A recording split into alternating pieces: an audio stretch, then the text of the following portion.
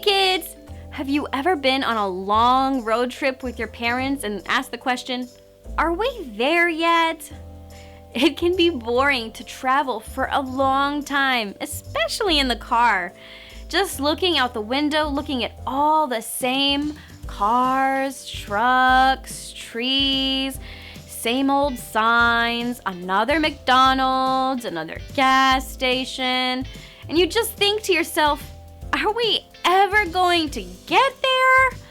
Well, after the Israelites didn't trust God to help them conquer Canaan, God punished the Israelites by having them wander in the wilderness for 40 years. Can you imagine a 40-year road trip? How boring is that? I'm sure the Israelite children were probably asking, are we there yet? Well, after 40 years of the answer being no, the answer finally changes in today's story. I can't wait to tell you about it. Today's story comes from Joshua chapters 3 and 4.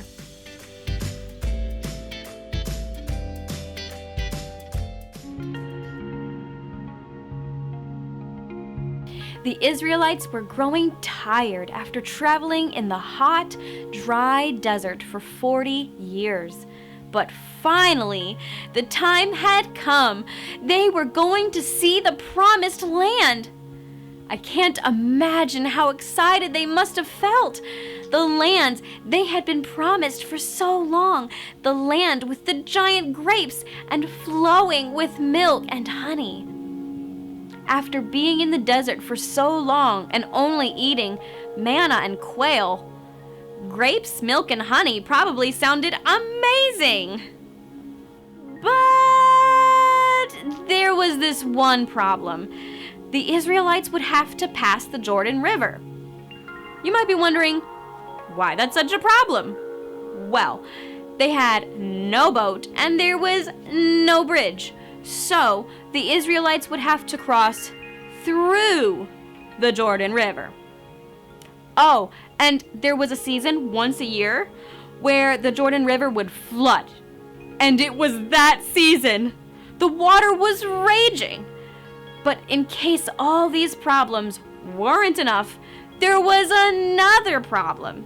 Their leader, Moses, grew old and died, so he wasn't there to help them anymore. The Israelites had a new leader named Joshua. Remember him? He was one of the 2 good spies that spied on Canaan 40 years earlier.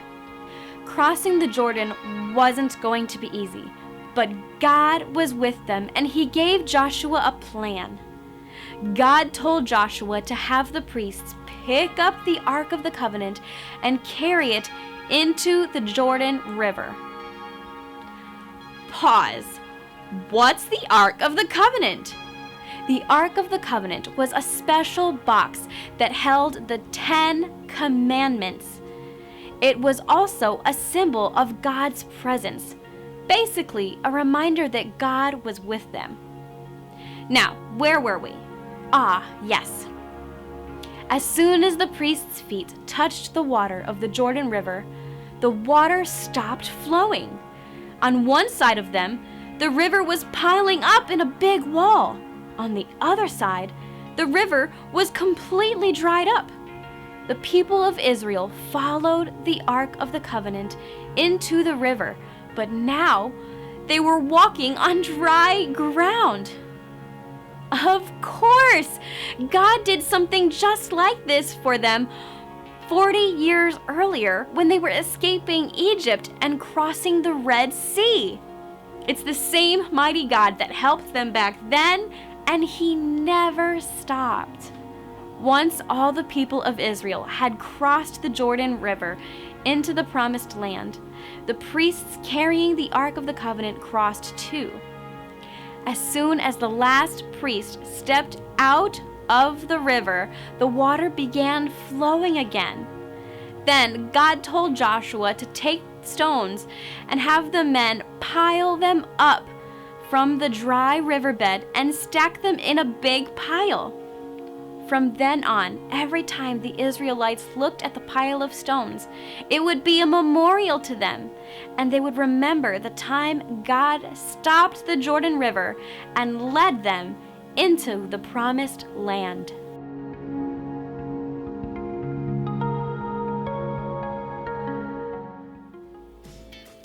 God had helped the Israelites cross the Jordan River, even when it seemed impossible. After they crossed, God had them do something strange. He had them make a big pile of rocks. Do you remember why? God wanted them to make a memorial so that anytime they saw it, they would remember what God did for them. God had done so much to get them to the promised land, starting by helping them escape Egypt, forgiving their sins in the wilderness, providing them food and water, providing healing from the poisonous snakes, and helping them to cross the Jordan River. They shouldn't need a reminder to remember how good God has been to them, but they did. Sometimes we can be like the Israelites. God does amazing things in our lives, but as time passes, we start to forget how God has provided for us, protected us, guided us, and so much more. When we forget these things, we forget our need for God and we stop following Him. Israel followed this pattern over and over again and even began worshiping other gods. This is why God wants us to remember what He has done for us. Psalm 105 verse 5 says, "Remember His marvelous works which He has done, His wonders and the judgments of His mouth." Psalm 105, 5. God wants us to remember all the great things He has done for us. When we remember what He has done, it keeps us faithful to Him, and He deserves our faithfulness.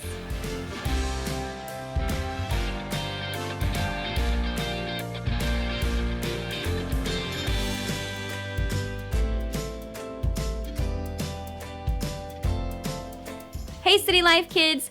We will be taking a break from making City Life Kids videos for a while, but we won't be gone forever, and all of our old videos, over 125 of them, will still be here for you. We look forward to making more exciting Bible videos for you again after our break is over and returning better than before. See you soon.